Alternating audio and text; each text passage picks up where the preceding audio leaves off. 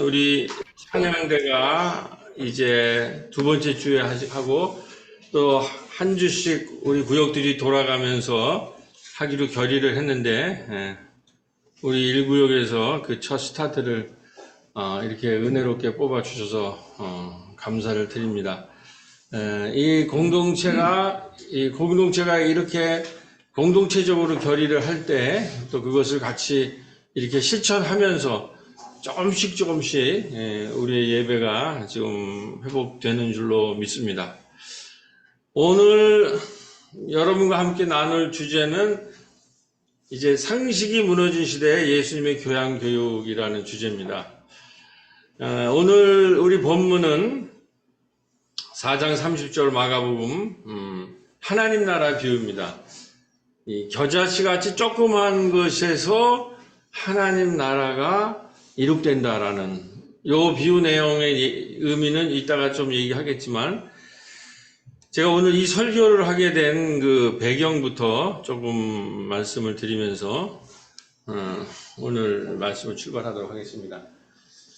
여러분 뭐 다 아시다시피 코로나 이후에 우리가 일상적으로 경험한 거는 코로나 이전으로 못 들어간다 이제 이런 얘기를 하듯이 너무 이제 우리 사회가 이 상식도 무너진, 더 심하게 얘기하면 교양도 무너진, 그래서 왜 이럴까, 우리 사회가 이렇게 됐을까, 또 왜 우리들은 이렇게 됐을까 하는 그런 의문들을 이제 많이 가졌는데, 마침 그 최재천 유튜브에 이제 생물학 박사죠, 이제 그 서울대에서 나와서 이제 하버드에서 공부를 해가지고 지금 이제 은퇴를 해가지고, 이런 은퇴하는 분들이 이렇게 많은 시민들에게 교양교육을 하는 분이 많은데, 이분이 이 강영욱, 라라, 서경석, 최인철 뭐 이런 최인철은 교수님이고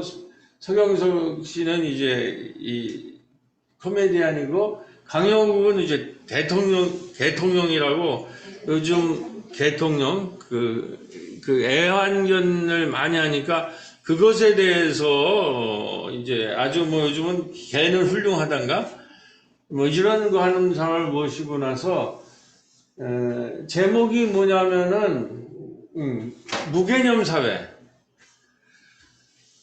제가 이 나온 걸 보고 굉장히 동의했어요.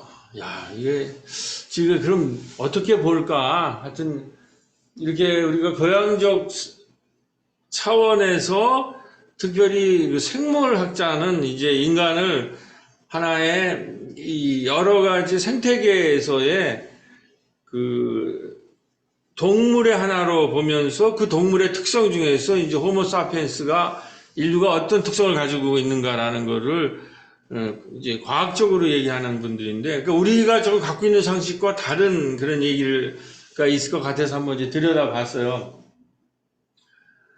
그래서 이제 그 얘기를 보면서 이거 설교를 좀 해야 되겠다 하는데, 지금 마침 우리가 이제 제일 처음 설교가 올해 들어서 하면 늘 우리 이 책도 오늘 오랜만에 저 집사님 나오셔가지고 박혜정 집사님 나오셔서 책도 전달해 드렸는데, 이 매해가 출발되면은 예수님의 이야기로부터 쭉 하잖아요. 그런데 지난주까지 예수님의 갈릴리에서의 마을 사역을 이제 그동안 길게 했는데, 이제는 다 아니까 짧게 핵심적인 것 중에서 더 우리한테 지금 응용해서 이제 말씀을 드리는데, 그 말씀을 드리는 예수님의 마을의 활동을 어떻게 우리가 요약을 했습니까?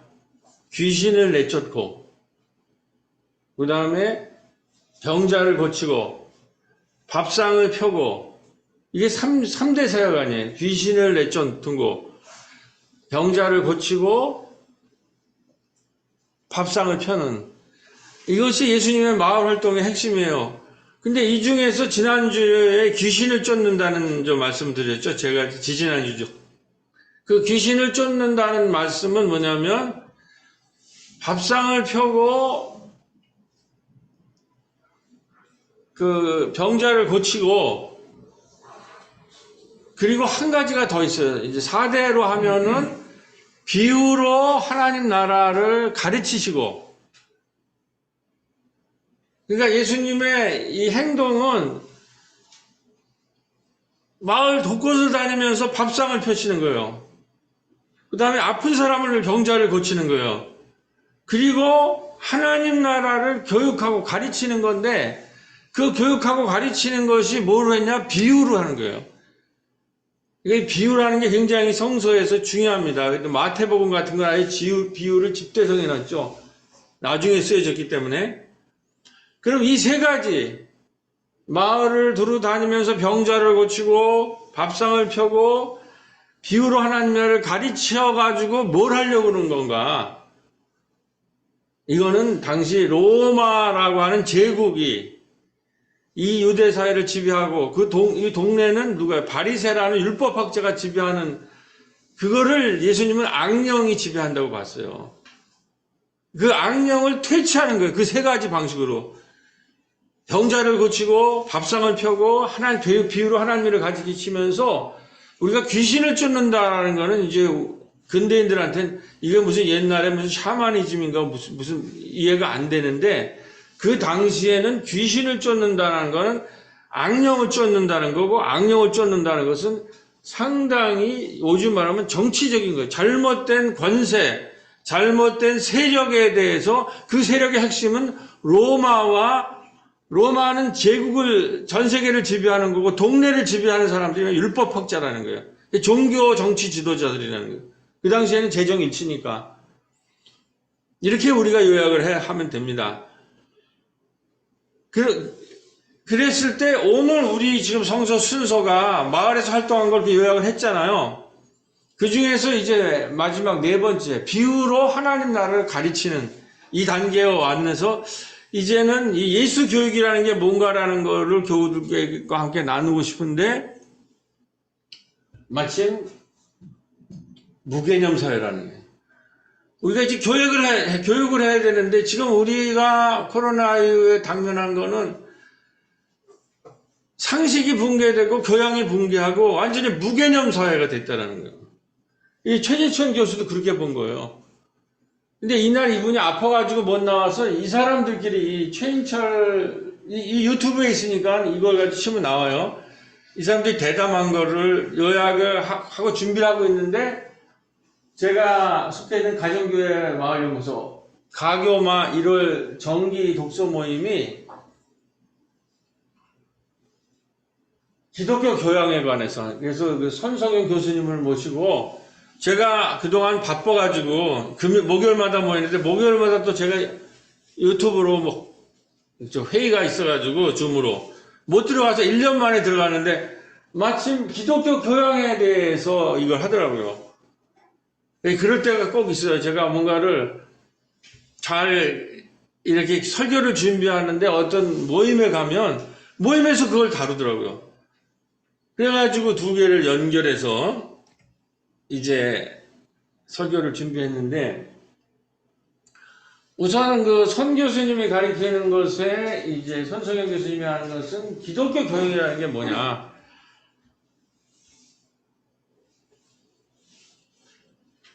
이제 여기에서 우리가 두 가지를 이제 볼 수가 있어요. 보통 우리가 예수님의 교육을 다루지 않습니까? 예수님의 교육은 바리새들의 당시의 율법학자, 법도 잘 알고 그 자산가들의 윤리를 갖고 있는 율법학자랑의 전혀 다른 그 교양을 가지고 있어요. 그러니까 바리새인들도 상당한 교양인들이에요, 당시에. 근데 그 교양이라는 거 하는 것은 남을 지배하고, 남을 혐오하고, 배제하고, 차별하는, 예수님이 보기에. 그래서 그거와는 다른 정말 민초들의 새로운 교양, 하나님 나라의 교양을 선포하시는 분이 예수님이에요. 기독교 교육학적으로 보면. 근데 어차피 서구에서 이제 교양이라고 하는 것들이 이제 발전이 됐으니까, 서양에서 특히 이 손성현 교수는 이 기독교에서의 교양이 뭐냐고 하는 거를 이제 그날 우리한테 가르쳐 줬는데, 우리가 이제 교육 그러면 보통 에듀케이션이라고 하잖아요. 에듀케이션. 에듀케이션이라는 건 뭐냐면 끌어낸다라는 거예요. 우리 안에 있는 잠재력을 끄집어내는 걸 에듀케이션이에요. 이거는 우리가 다 아는 거예요. 기독교 교육학이나 뭐 교육학을 전공한 분들은 다 아는 건데, 독일에서는 저도 처음에 빌둥이라는 그 개념을 쓴대요. 빌둥. 그러니까 내놓아서 뭐냐면은 낡은 가치관에서 벗어나가지고 새롭게 빚어내는 걸 말해요. 우리 도자기를 성서에도 도자기를 빚는 거 있잖아요. 도자기를 빚어내는 것을 얘기해요. 그러니까 기독교 신앙을 갖는다고 하는 것은 낡은 가치관에서 그걸 끄집어내서 벗어나서 새롭게 빚어져가지고 높이 빚어져, 높은 가치로, 하나님 나라의 가치로 빚어지는 이것을 의미한다라는 거예요. 그래서 이 얘기를 들으면서 뭐 이 얘기를 다 할 수는 없고, 이것도 아마 녹화가 돼 있을 거예요. 필요하신 분은 보고. 거기서 이제 우리 토론하면서 한국일 교수님이 그런 말씀을 하더라고요. 오늘 우리 한국 기독교는 이제 문제는 우리 이제 한국 사회도 무개념의 사회지만 이제 우리 교회에 대해서 얘기를 좀 하자면 신앙은 있지만 교양이 없는 기독교인들이 너무 많다는 거예요. 신앙은 훌륭해요. 뭐 믿음도 훌륭하고 근데 그게 교양으로 빚어지지가 않아. 제가 여러 번 얘기했죠. 한국 교회의 특징은 근본주의 신앙과 문자주의 신앙이라는 거예요. 그러니까 여러분 그 태극기 부대 얼마나 열심히 해요. 그 사람 모이기에 열심으로 하고 그냥 가서 집회하고 하면 그냥 그렇게 잘 모이잖아요. 그 정광훈 씨를 중심으로. 그 대형교회 가면 지금 그득그득하단 말이에요. 근데 그 대형교회에 그 그득그득한 신앙인들, 그 다음에 광화문에 나가 있는 태극기 부대들, 이들이 다 뭐냐는 거예요. 신앙에 열심은 있지만 교양이 없어요.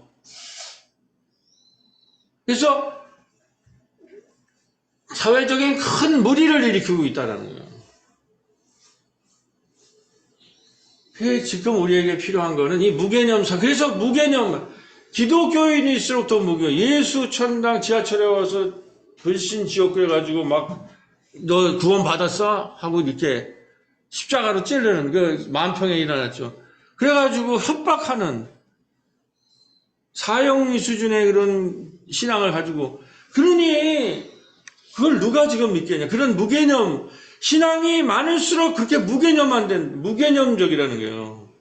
이게 지금 큰 문제예요.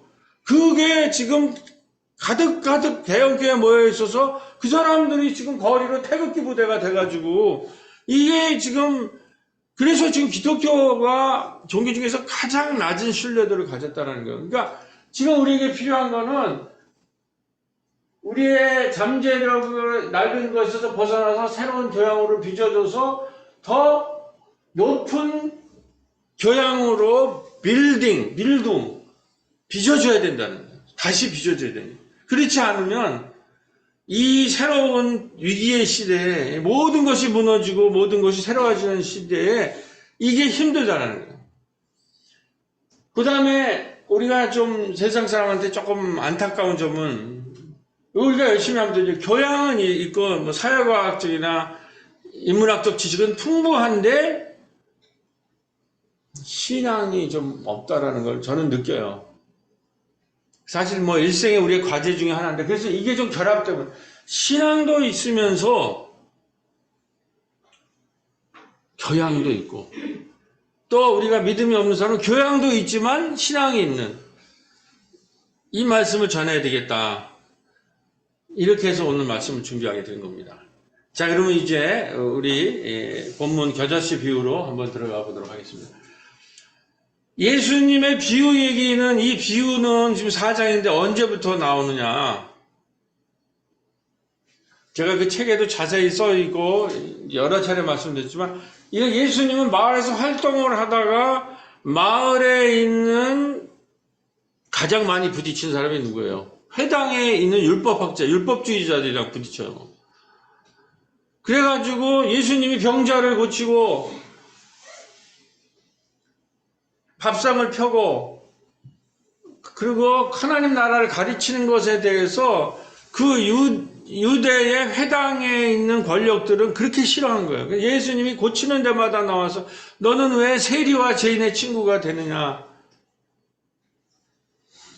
너는 왜 교회당 안에서 열심히 신앙생활만 하지 왜 마을에서 자꾸 잔치를 벌이느냐? 왜 병자를 고치느냐? 이게 1장부터 3장까지 하고 3장 6절에 와서는 예수가 그 말을 안 들으니까 죽이는 음모를 하는 거예요. 예수님이 쫓겨나요. 여러 차례 말씀은 이제 무대는 마을이 아니라 어디 호숫가와 들판과 산에 거기에서 호숫가와 들판과 산을 배경으로 이 야외죠. 거기서 예수님은 가르쳤다는 거예요. 예수님의 교육은 회당 안에서 가르쳐준 교육이 아니야. 여기 우리 엄전도사님이 장신대 기독교 교육학과 나왔는데 예수님은 회당 안에서 예수님의 비유는 회당 안에서 나온 교육이 아니라 들판과 산상순이 어디에 산에 쫓겨나서 들판에서 여기 오늘 이 비유, 겨자씨의 비유, 씨가 뿌려졌을 때 조그만 것이지만 그게 하나님 나라 이룬다. 그 다음에 말씀이 뿌려졌을 때 돌짝밭에 뿌려지고 길가에 떨어지고 가시덤불에 떨어지고 이게 다 배경이 어디냐는 거예요. 비유가. 이거는 이러한 건물 안에가 아니라 들판과 자연 생태계라는 거예요. 그래서 오늘 이 생태 사회에서도 이 예수의 얘기가 각광을 받는 거예요. 그러니까 쫓겨났는데도 사람들이 모여드는 거예요. 왜? 병자가 있으니까. 그리고 무개념의 사회에서 이 새로운 말씀을 듣고 싶어서 바닷가로 호숫가로 오는데 그 사람들이 누구냐? 성서에서 우리 한국의 민중신학 오클로스라는 거, 오클로스. 집도 절도 없는 사람들. 그 사람들이 예수의 비유의 말을 듣기 시작했다는 거예요. 자, 이쯤에 이제 비유의 탄생을 하면서 그날 여기에 아까 말한 무개념 사회에서 나온 얘기를 제가 요약을 한 겁니다. 거기 나오는 왜 이렇게 교양이 무너졌는가라는 거를 이제 그 프로그램에서 여기 보면은 이 사람들이 한 얘기들이에요. 우리가 몸을 움직여야만 생존할 수 있잖아요. 동에 따라서 평수가 다르기 때문에 지금 자기가 사는 아파트를 밑에 써놓는데요. 이게 김맥스에서 강남 더힐. 이런 것들이 언제부터인가 단지 내로 커진 것 같아요. 우리는 내 아파트에 집 라인이 있어, 이렇게. 이거는 뭐냐면은, 이 무개념 사회가 됐을 때 이분이 뽑는 건 하나는 우리 사회가 이 디지털화 되면서 어린 애로부터 몸을 움직이지 않고 마을에 나와서 놀이터에서 놀지 않고 집에서 가상세계만 산다는 거예요.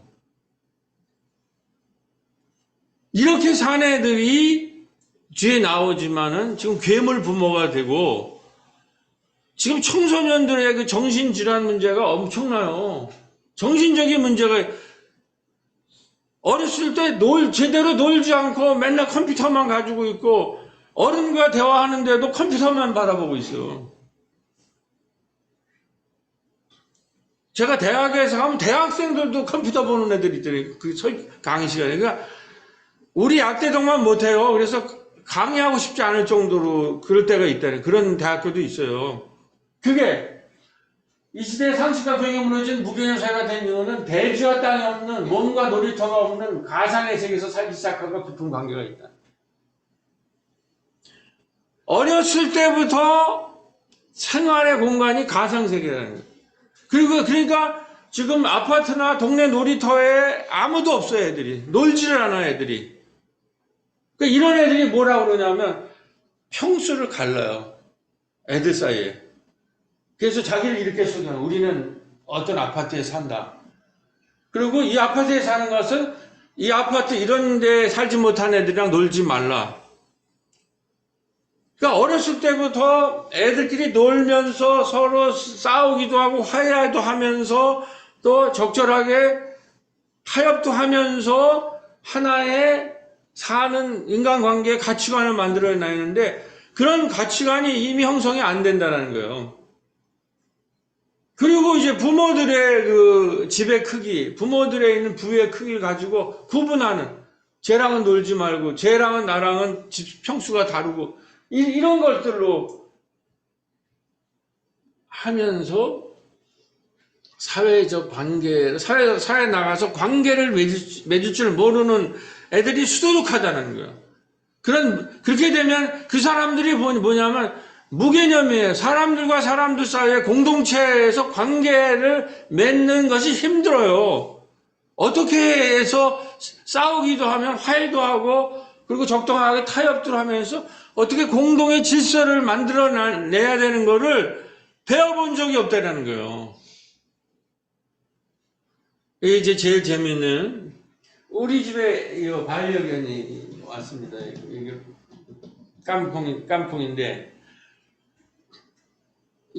우리 집안은 요즘 얘 얘기로 카톡이 얘를 봐줘야 돼가지고 근데 이 오세영 선생은 저 사람의 그 개통령이 아니라 오세영 선생의 통령이 열심히 봐요. 이 개를 키우는데 근데 이제 이분이 하는 말이 굉장히 훌륭하더라고요. 해외에서 이렇게 이 애완과 훈련을 많이 했던 것 같아요.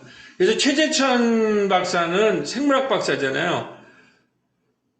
두 사람이 대담한 게 있는데 여기는 개에 대한 권위자인데 그거 나는 아직 못 봤는데 볼만 하더라고요. 근데 이 사람은 뭐냐면 개들이 행복한 동물이 행복한 나라는 어디냐면 아동복지와 노인복지가 잘 됐던 나라가 역시 개들도 잘 키운다. 그리고 중요한 거는 이 개들이 행복하면은 뭐냐면 스몰 토크라고 하는 거는 우리가 사람을 만나면 안녕하세요. 뭐 아파트에 만나면 뭐 오늘 어떻게 하세요? 그리고 길지 않지만 짧게 이야기를 하잖아요. 시민사회가 발달된 데는 이게 발달돼요. 인사할 줄 알고 또 서로 격려할 줄 알고 뭐 댓글도 달 줄 알고 이렇게 스몰 토크 조그만 얘기들을 평소에 주고받는 지금 뭐 애들은 뭐 되게 그냥 무개념하잖아요. 무슨 어른이 인사를 해야 돼. 인사를 해도 그러고 핸드폰 들여다보고 있는 거예요. 놀이터에서 나와서 놀아본 적도 없고 가상세계에 나와서 현장에 나와서 어울리지도 못하고 어울려서 소통도 안 된다는 거예요. 그러니까 이러한 동물과도 밖에 나와서 만나면 스몰 토크도 하고 그리고 필요하면 싸우기도 하죠. 애들이 싸워야 크는 거. 싸우는 다음에 뭐예요? 부부간에도 화해할 줄 알아야 돼요. 부부 싸우고 나서 죽도록 화해 안 하는 게 큰 문제가 있는 거예요. 부부도 싸워야 돼요. 싸우고 화해할 줄 빨리 손을 내밀어야 돼요. 그런 게 안 돼요. 그러니까 이게 결혼 생활이나 이것도 제대로 되냐고요. 그래서 이분이 하는 얘기는 견주는 애완견을 시민처럼 키워야 된다.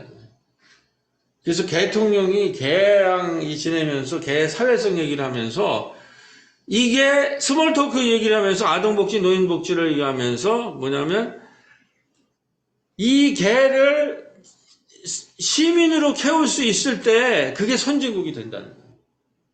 그래서 뭐 종합적인 것은 사회적 관계를 학습할 수 있는 기회가 사라진 것이 우리의 지금 무개념 사회의 문제라는 거예요.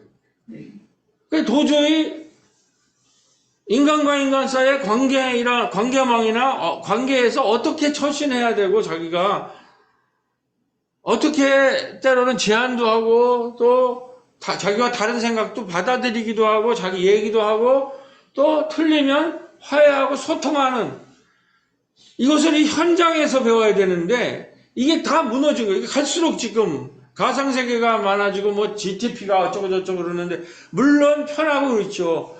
근데 그걸로 해결되지가 않아요.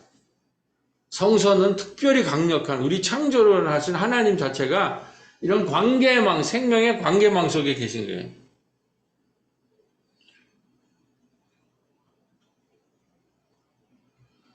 근데 이제 나오겠지만은 이것의 가장 큰 문제가 지금 이 공동체가 붕괴돼서 발생한 것이 뭐냐면 바로 이 다음에 나올 건지만 그러니까 결국 시민사회가 형성이 돼야 된다는 거지. 이 교양이 있으려면. 근데 우리는 지금 한국 사회는 시민사회가 형성이 잘 안 돼요. 그거는 서구에서는 기독교가 그 시민사회를 형성했는데 그 선한목자회라고 이제 이정아 대표 부군 목사님이 하는데 우리 요즘 마을대학 같은 거 하면서 대화를 하는데 그분은 이제 해외에서 미국 같은 데서 이제 공부한 경험도 있고 이런 분인데 뭐라고 절망을 표하냐면 우리 한국 기독교인들로는 서구처럼 시민사회를 만들기가 힘들다는 거예요. 동양에서도 공동체 시민의식, 시민성을 만들기가 쉽지가 않다고. 나보다도 더 비관적이더라고. 그분은 청소년들 데리고 정말 전국적으로 굉장히 의미 있는 가치 있는 일을 하는데 이 사회적 관계가 형성이 안 되고 그 다음에 빚어지지가 않는다는 거예요. 시민성은 나와 타인, 나와 이웃, 교회와 마을 이런 것에서 어떻게 서로 주고받고 어떻게 서로 소통하면서 하나의 시민이라는 교양을 만들어갈 수 있다. 이게 자기가 여태까지 경험한 거로는 불가능한 것 같다. 자, 이런 데서 이제 오늘의 이제 하이라이트입니다. 혹시 이분 아시는 분 계세요? 김현수 정신과 전문의. 대통령이 있다면 청소년 쪽에 이제 국내 이제 최고의 정신 상담가예요. 근데 이분이 최근에 괴물 부모라는 책을 썼는데 한번 꼭 청소년들이나 교육하시는 분들 꼭 한번 읽어보세요. 아까 여기서 이제 동양의 왜 시민사회가 동공태 시민의식, 시민성이 존재하지 않을까 이런 게 나오는 게 뭐냐면 1번부터 괴물 부모가 탄생을 한 거예요. 괴물 부모. 일본에서 괴물 부모가 와서 홍콩으로 갔다가 최근에 한국에서 교사들이 자살하고 이러는 문제의 원인을 살펴보니까 우리나라에도 이것이 입성을 했다는 거예요. 오늘 부모들이 이런 식으로 되기 때문에 교사들이 자살하고 우리 자녀들의 정신병자들이 많다는 거예요. 근데 내가 이걸 하면서 김현수가 누군가 오세영 선생님한테 들은 거예요. 이 친구가 우리 1987년에 여기 보면 1주년 있잖아요. 여기 중앙대 의대 다니는 친구들이 여기서 한 4년 동안 약대동에서 진료를 했어요. 의료 진료를. 그때 이제 누군지는 이게 여기 얼굴로 잘 모르겠어요. 여기가 좀 가까운 것 같은데 이때에 중계의대에서 약대동에서 진료하고 왔던 팀, 여기는 이 사람은 이제 인의협이라고 여기가 이제 대표 선배들 인의협 의사인데 이 그룹이랑 청년 때부터 이러한 지역사회 봉사를 하는 시민의식이 투철한 친구죠.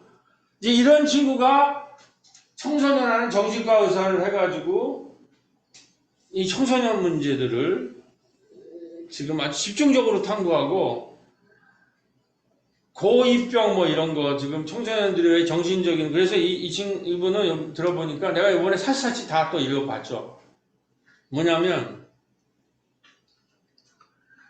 진료를 받으려면 1년 정도 걸린다고 그러지 이 사람한테 저 사람은 그런 훌륭한 그러니까 정말 내가 자랑스러운 게 훌륭한 의사로 폈을 뿐만 아니라 시민의식 그리고 대안학교 교장이래요. 근데 이게 우리랑 우리 생각이랑 전혀 다르지 않는 이렇게 만나서 지금 나는 보다가 얼굴을 못 봤는데 오세영 선생님 봤다고 그러더라고. 많은 사람들이 하는데 이렇게 성장한 거예요. 얼마 전에 조혜정 선생이랑 했는데 조혜정 선생도 지금 거기 가서 이주민들 교육을 위해서 그 지역에서 아주 훌륭한 거를 해서 근데 뭐 지나가는 말로 다 뭐 약대동에서 배운 거라고 우리랑 떨어져 있지만 근데 조혜정 교수님이 옛날에 저한테 한번 여기 부천에서 있으면서 때 이제 선생님이시잖아요. 근데 그 일을 가서 이주민들의 그 부모 교육에서 아주 일가를 이루셨더라고. 그동안 활동한 거를. 그래서 언제 한번 뵙자고. 그랬는데 여기 교사로 했을 때 저한테 무슨 얘기를 했냐면 그 당시에 우리 교회에 잠깐 나왔던 어떤 분이 있었는데 나한테 그러더라고. 목사님, 그분이 아주 이 학교에서 유명한 그냥 그 교사들에 대해서 불평불만하고 그냥 교사들 흠집을 내고 그냥 그 학부모들을 막 몰고 다니면서 민원 내고 근데 그때 이제 이 괴물 부모 뭐냐면 어떤 사고냐면 이 얘기를 그때 하더라고요. 근데 그분은 뭐 얼마 있다 떠나가지고 뭐 제가 이제 그런 게 있다고 하는데 요번에 이거 설교 준비하면서 그 생각이 그러니까 이제 이 우리나라 어떤 부모들이 왜 교사들이 자살할 정도로 되느냐 내 아이는 항상 옳다고 생각하는 사람이었어요. 그래서 내 아이의 말을 믿는다. 소중한 내 아이를 다른 사람들이 혼내거나 함부로 할 수 없다. 학교에서 내 아이는 1등 혹은 잘하는 아이여야 한다. 교사는 내 아이를 잘 돌봐야 한다. 내 아이가 잘못했다면 그건 학교나 교사 혹은 다른 아이들이 무엇인가 잘못했기 때문이다. 교사는 전적으로 책임져야 한다. 아니면 교장이 전적으로 책임져야 한다. 학교라는 조직은 권력이나 돈을 사용해야만 정의를 되찾을 수 있다. 이래가지고 교사들에 대해서 학부모가 항의를 하는데 그런 테이프가 지금 다 있더라고요. 네가 뭔데 어디서 감히 이게 이제 학부모들이 학력이 높고 권력이 있는 사람이에요. 그러니까 내 아이는 이래야 된다라는 거예요. 내 아이는 이러한 그 의식이 가득 차는 거예요. 이런 애에 대해서 자란 아이가 어떻게 됐다는 이게 지금 이렇다는 거예요. 지금 제일 무서운 것은 이게 나와 있는 거예요. 제 얘기가 아니라 밤낮으로 울리는 전화, 교사들 고통, 연락 내용과 상관없이 자체로 스트레스. 아이 가방이나 주머니에 녹음기를 넣어서 1년 내내 녹화한다요. 그래서 혹시 내 아이에 대해서 아까 말했듯이 문제가 있고 문제적으로 다루면 그걸 가지고 그런 사람이 한 4, 5% 된다는 거예요. 괴물 부모가. 그걸 조직해가지고 그냥 온갖 민원을 내고 고소하고 고발하고 그리고 선생님이 인스타그램까지 감시를 해가지고 선생님이 연애하는 것까지 챙겨내요. 그러니까 별걸 다 챙겨. 그리고 이런 부모가 지금 탄생을 했다는 거예요. 그게 왜 그러느냐? 아까 우리가 아시아권 시민사회가 형성이 되지 않은 공동체가 없는 각자 도생 성공 부모 강박 극단적인 내 자녀 이기주의 특히 저출생하고서 독박 육아하면서 특히 엄마가 저출산이 되잖아요. 엄마 혼자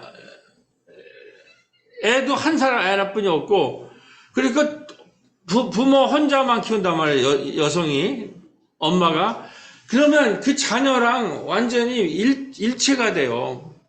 성장을 하려면 분리가 돼야 되거든. 그래가지고 이 뒤에 나오지만은 과잉 일체감, 과잉 전능감, 과잉 전능감이 생긴 부모들이. 내 아이는 뭐든지 다 할 수 있어. 부모가 또 좀 돈도 있고 힘도 있어. 내 아이는 실수를 안 해. 그러니까 자녀가 종교가 되어 있는 거예요. 전지전능한. 거기 신앙이 크리스찬이면 어떻게 되겠어요? 그것이 상대화되거나 객거나 안 돼가지고 그런 전능감이 우리 하나님은 나만을 위해서 존재하는 하나님, 크리스찬 부모는 그러한 전능감이 거기다 해가지고 못 말리는 이 세상이 내 자녀 중심으로 돌아가야 되고 내 자녀는 내가 생각하는 대로 살아야 되고 이렇게 되기 때문에 이 현상이 나와요. 잘 사는 부모, 강남에 이런 부모가 수두룩하다는 거예요. 여기서 학폭이 나오는 거예요. 교사가 자기 자녀한테 조금만 뭐라 그러면 변호사 대동해가지고 그 권력을 가지고 우리나라 뭐였어요? 검찰이랑 언론계에 있는 그 대표 권력 있는 사람들의 자녀들이 학폭을 하는 거 아니에요. 얘들이 무슨 사회성이 있고 무슨 공동충이 있고 무슨 시민의식이 있겠냔 말이에요. 이렇게 아이들이 그런 정신적 문제가 있는 부모 밑에서 자라보면 당연히 전신 건강이 나빠지지 않을까. 그래서 이 아이들의 성장에서 엘리트층이 되는 거예요. 이 사람들이 지금 만약에 지배자가 된다면, 정치를 한다고 하면 오늘 한국 엘리트들이 아주 어려서부터 정신건강이 악화된 사람들이 정점에 올려 선다는 걸 보여줍니다. 김태형 심리학자.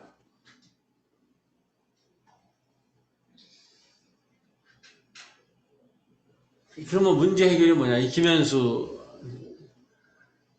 이게 한 4% 되는 힘 있는 학부모들이 이렇게 이제 괴물 부모가 돼가지고 완전히 학교를 쑥대밭으로 만들고 있는데, 좋은 부모와 좋은 교사의 협력이 필요하다. 그러니까 PTA라고 해서 Parents Teacher Association. 그러니까 뭐야? Parents, 부모와 티처, 교사의 연합체가 PTA예요. 이런 사람들 횡포를 막아야 된다는 거예요. 근데 교사만 갖고 안 돼. 학부모들이 건강한 학교나 교육 운동을 일으켜야 된다는 거예요. 그러지 않고선 이 사람들이 힘이 있고 완전히 이렇게 의식화되어 있기 때문에 이걸 막을 길이 없다는 거예요. 학교에서. 그 다음에 여기에 이제 그 법률 체계를, 고소고발 이런 거를 가지고 변호사를 대동하고, 교장도 꼼짝 못해. 교장도 위에 있는 그 권력의 힘으로 다 그걸 다 지금 알고 있잖아요. 그러니 이게 어떻게 되겠냐는 거죠. 자, 그러면 오늘 비유 얘기랑 우리가 연결을 해서, 예수님의 이 비유는 뭐냐 말이에요. 이 도표가 그 책에 나와 있는 것이 뭐냐면, 유대교육과 기독교 교육이 어디게 차이가 있느냐. 유대교는 소수 엘리트를 위한 교육이에요. 근데 우리 기독교 교육은 가난하고 눌린 자, 가포, 누눌, 이런 민중들을 위한 교육이에요. 그러니까 아까 말했듯이 장소가 뭐예요? 회당이 아니라 쫓겨나가지고 산과 들과 배 위에서나 들판에서 가르치신 거예요. 이게 지금의 시민교육, 민중교육이 어디로 가야 될 건지.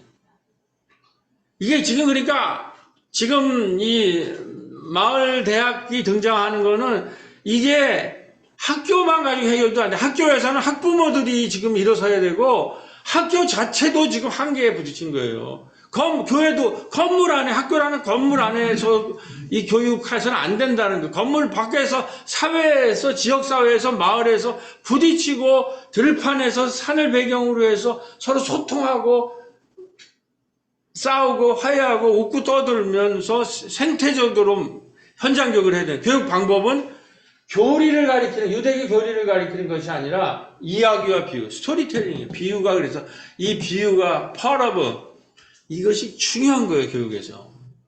이 기독교 교육학에서. 그러니까, 누가 좀 이런 거를 특히 젊은, 우리 딸도 이거 기독교 교육학을 가르치려고 그랬는데, 안 가더라고. 네, 그래서 지금 엄전도사님 딸 엄지가 만약 신학을 해서, 이게 너무나 중요한 거예요. 누군가가 이걸 깊이 공부를 해야 되겠죠. 교육의 목적은 신자화가 아니에요. 우리 교회에 열심히 다니라가 아니라, 하나님 나라를 가르쳐야 돼요. 하나님 나라 도래의 임박성과 하나님 나라의 시민으로서 행동화, 하나님 나라 돌아가고 있다. 이 마을과 지역사회 전체에 하나님 나라라는 큰 개념을 가르쳐요. 그거를 시민으로서 행동화할 수 있는 사람. 이런 사람이 지금 기독교에서 안 나오고 있어요. 그럼 이 겨자씨 비유가 뭔가를 좀 봅시다. 이 기가 막힌 건데, 이제 여기 보면 이 두 가지 그 그림이 예수님의 하나님 나라가 뭐냐. 유대교는 뭐냐면은 이 거대한 우주 수위는 백향나무와 같이 되라고 그래요. 이 교육의 핵심이. 거대한. 우리도 그렇잖아요. 그 메시아 사상 그런 게. 너희들은, 우리 유대교를 믿는 사람은 백향나무같이 저 솔로몬의 궁전을 준 그 거대한 아주 바르고 곱게 쓴 큰 나무와 같은 그 백향나무가 되는 것이 그 예언자들이나 구약에 다 그러한 백향나무 같은 거대수가 되고 우주수가 돼서 우주의 나무 중심과 중앙이래. 그러니까 우리나라 교회 이름이 뭐예요? 어제 어느 교회가 우리 마을교회를 배우러 와서 청년들이 왔어요. 사모님이랑 해서 6명인가 왔는데 제가 그 얘기를 해요. 한국교회 제일 많은 이름이 뭐예요? 무슨 중앙교회, 무슨 제일교회. 이게 바로 이거예요. 중앙과 제일이 돼야 된다는 거예요. 근데 예수님은 하나님 나라를 뭘로 냐 겨자씨로 본 거예요. 이 겨자씨는 나무가 안 돼요. 나물이에요, 나물. 겨자가 아무리 커봐야 1m 남주로 작은 것이 안 돼요. 이렇게 여기 200m 이상에서만 자라고 300살이 되는 이 거대목이 아니라는 거예요. 우리가 추구하는 거는 제일 커봐야 1m도 안 되는 작은 나물이 되는 거예요. 그러니까 예수님의 이 비유는 그 출발부터 지금 유대교가 지향하는 중앙과 중심과 제일을 그 경계를 비유가 파괴하면서 나가는 거예요. 이것이 하나님 나라가 아니라 이 중앙이 되고 제일이 되는 거. 그러면 이 한 알이 커서 나물이 될 때 거기에 공중에 나는 새들이 깃든다. 그리고 수많은 생태계들을 형성해 나간다는 거예요. 그러니까 이거는 제국의 가치라면 이거는 하나의 1m도 안 되는 이러한 겨자씨 한 알이 가장 중요한 삶의 생태계를 이룬다는 건 뭐예요? 이건 마을 공화국 얘기라는 거예요. 우리 마을 목회가 왜요? 그래서 그 청년들한테 우리가 지금 지향해야 할 거는 이게 되는 게 아니에요. 거대수가 되는 게 아니에요. 조그만 나무가 돼가지고 서로 협력하고 서로 나누고 하나의 하나님 나라를 이루는 이 겨자나물이 되는 거예요. 근데 이 겨자나무의 가장 핵심은 뭐냐? 이렇게 이거보다 작지만 생명력이에요. 어마어마한. 이 겨자나무랑 가장 가까운 비슷한 게 한국에서는 뭐냐면 쑥대라는 쑥대. 쑥도 엄청 작잖아요. 근데 한번 쑥이 뿌려지잖아요. 그러면 그 동네가 어떻게 돼요? 쑥대밭이 되는 거예요. 쑥대밭. 이게 작지만 영향력이 어마어마하다는 거죠. 그래서 이걸로 이러한 제국을 이루는 게 아니라 동네, 마을 공동체를 이루라는 것이 비유의 핵심이라는 거예요. 이게 제 얘기가 아니에요. 조태현 교수의 얘기예요. 공부하다가 발견, 제가 조만간 이제 마을대학에 가서 사상 강좌를 해야 되는데 이걸 좀 쓰려고 그럽니다. 그러니까 공동체를 하려면 이 괴물부모를 막아야 되는 거예요. 공동체 안에 이 괴물부모. 우리 한국 기독교 안에, 교회 안에도 괴물 목사가 있어요. 많은 문제가 있잖아요. 괴물 신도도 있어요. 공동체를 해치는. 이거를 공동체가 힘을 합쳐서 막아야 되는 거예요. 이렇게 하면 안 된다. 그게 교양교육이에요.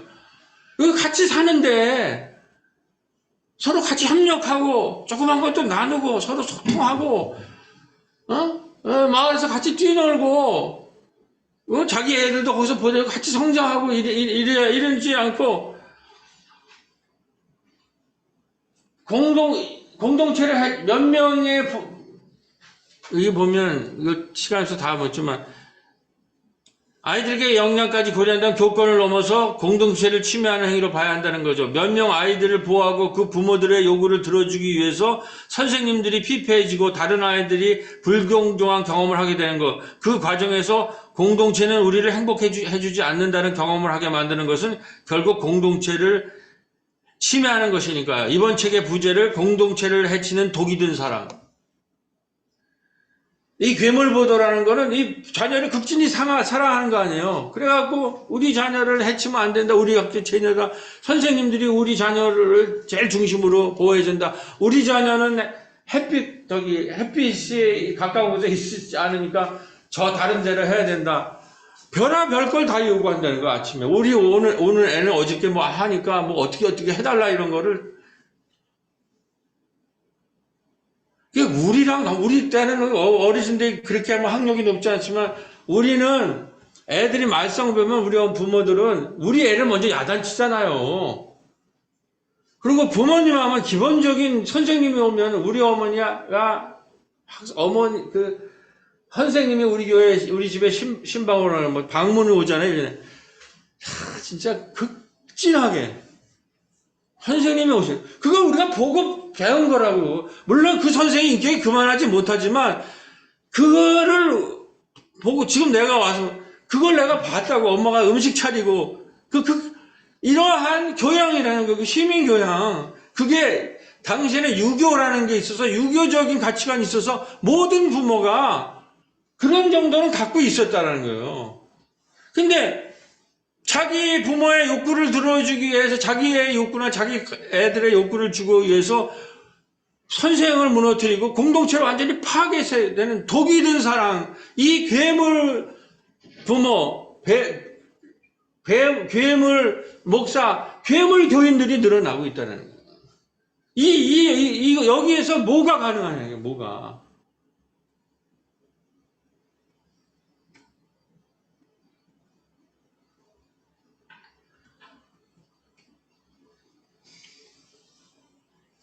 이 전능감, 이게 왜 이러냐면, 내 아이나 나는, 이게 이제 문제가 가부장사에서 아빠들이 교육을 포기하고, 엄마들도 아빠들이 성공하는 교육에 참여하지 말라고 그러는 거예요. 이렇게 마음대로. 일체가 돼가지고, 전능감이 생긴 거예요. 그 전능감은 뭐든지 다 할 수 있다. 그러니까 교수, 선생님, 교장, 교육부 아무 소용없어요. 권력이 있으면. 이런 사람들이 지금 우리나라 권력도 마찬가지. 어른이 되는 과정에서 실패와 단연과 포기를 배우는 것은 인생의 필연이다. 이거를 애들한테 배우지 못하게 하는 거예요. 우리가 동네 애들이랑 어렸을 때 싸워가지고 뭐 구슬치기 이렇게 하면 서로 싸움이 일어나고 화해하고 그리고 그거 다 배우잖아요, 거기서. 근데 그거를 엄마가 나타나가지고 다 해결해 주는 거예요. 미리. 그러니까 얘들이 이걸 배우지 못하는 거예요. 인생을 살려면 실패도 하고 단련도 하고 포기할 줄도 알아야 되는데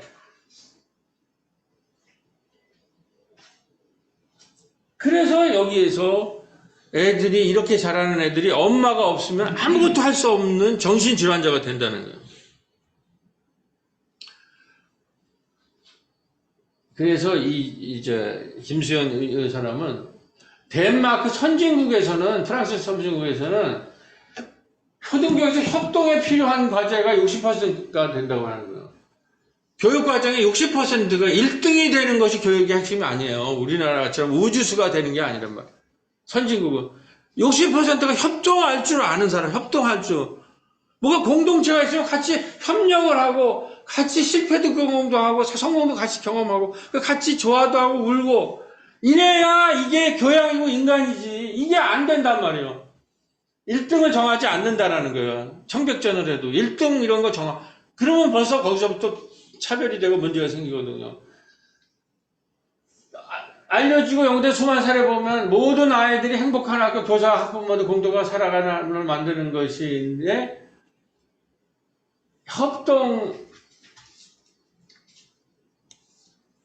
협력과 협동이 없으면 그건 죽은 교실이다. 우리 수업의 60% 이상이 협동과 협력의 수업이다.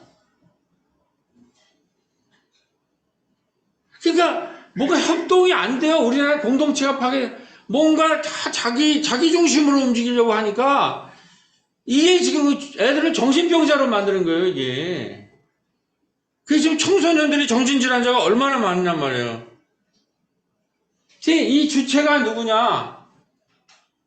부모들과 교사들이 협력해서 아이들 양육하는 공동체가 나타났어야 돼요. 괴물부부를 막아가지고.